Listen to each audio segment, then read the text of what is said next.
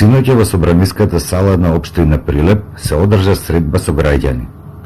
Овој граѓански форум е во функција да граѓаните од општина Прилеп директно ги пренесат своите проблеми и заедно со општинарите да ги дефинираат приоритетите при носењето на буџетот на општина Прилеп за 2025 година.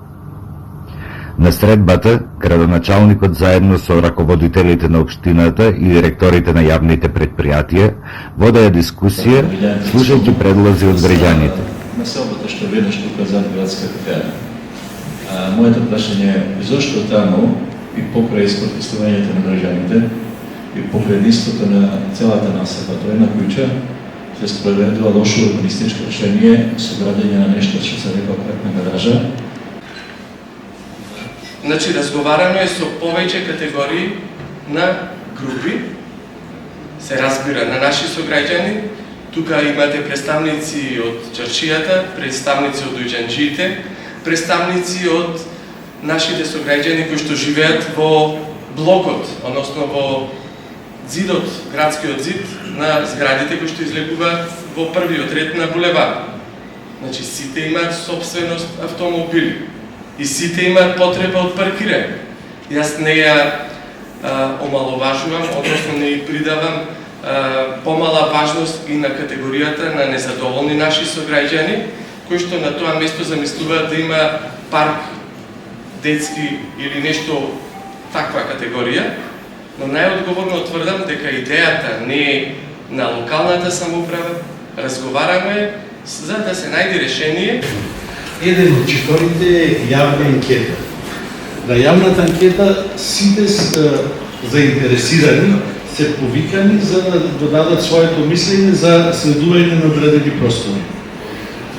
Деталниот урбанистички план за централното градско подрачје, посебно на овој дел кај што е спорната дали модуларна катна гаража или катна гаража, тоа веќе игра на зборови. Тоа е паркирање, како што рекате, на возила во две нивоа. Неколку генерации на детални урбанистички планови е предвиден паркинг простор. Од 80-тите е предвиден паркинг простор тука. Може она движење од историјат на местото да се земи, ќе се види дека е тука паркиралиште од плановите од 80-тите години кои се правени во Заводот за урбанизам.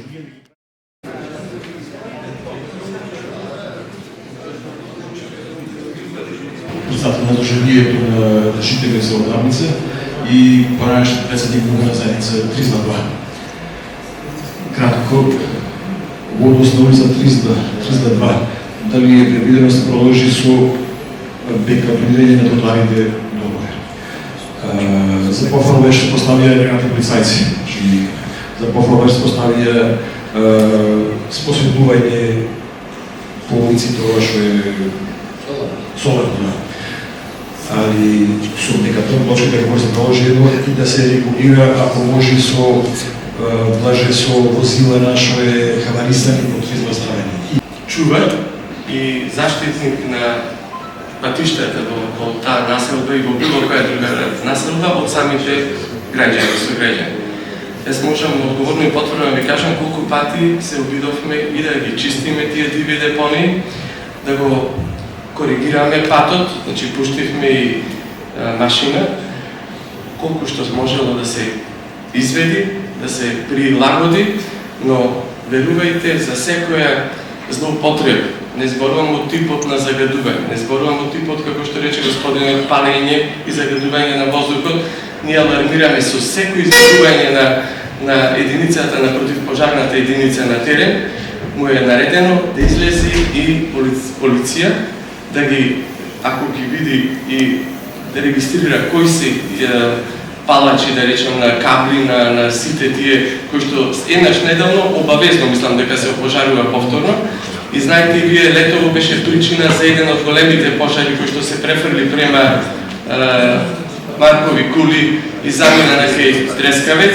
За Варош конкретно. Да имате проект за канал пред се. И од цел Варош, значи останаа само две уличи не асфалтирани. Тоа не е пошседно. Кога Димитриевски. До сега никој значи не дошол да види дека не можеме ни да влеземе, ни да излеземе, локал сме на стоп. Не е важно дали дошол некој или не дошол, бидете сигурни дека испратена екипа, неодговорно тврдам, бидејќи фирмата која што го доби тендерот за рехабилитација и реконструкција на некои штетени улици, буквално ни даде одврзани раце и предлозите наши да одсекаде да стасат и да му се даде приоритет. Тоа најодговорно ви тврдам. Сега, дали во тој приоритет е влезена уличката која што ја напоменуваат улица, за мене секој кој што живе е улица, но дали, пак ќе речам, се решени сите други проблеми пред да настапи асфалтирање. Јас имам некој прашање, кога меѓутоа се поставише на прашање две. Сега се еднозначно, прво ме интересира што се планира со пазарче да жуе екстерна. Оти тоа веќе никој не го користи, а веќе ставува некоја депонија. Имаше барање до мене лично од тие тука кафичи што се држат сендвичари, ако може да се преиначи во паркингниот простор, да се струши пазарчето, и никој ќе го користи во пазар, а тука станува веќе депонија, нема џубиште, нешто. Ако може нешто да се стори со некој паркинг, просто да си се направи или нешто да се стори. Што имате во малку за уеднина? На совет може би да се прииначи, ама сепак да оставиме на кај нас или заедно со пазари, со јавното предпријатие, што може да се направи за промена на намената. Нормално, знаете ли дека во последниве недела-две имаме нова ситуација со користење на просторот за паркирање и движење во старата Чаршија.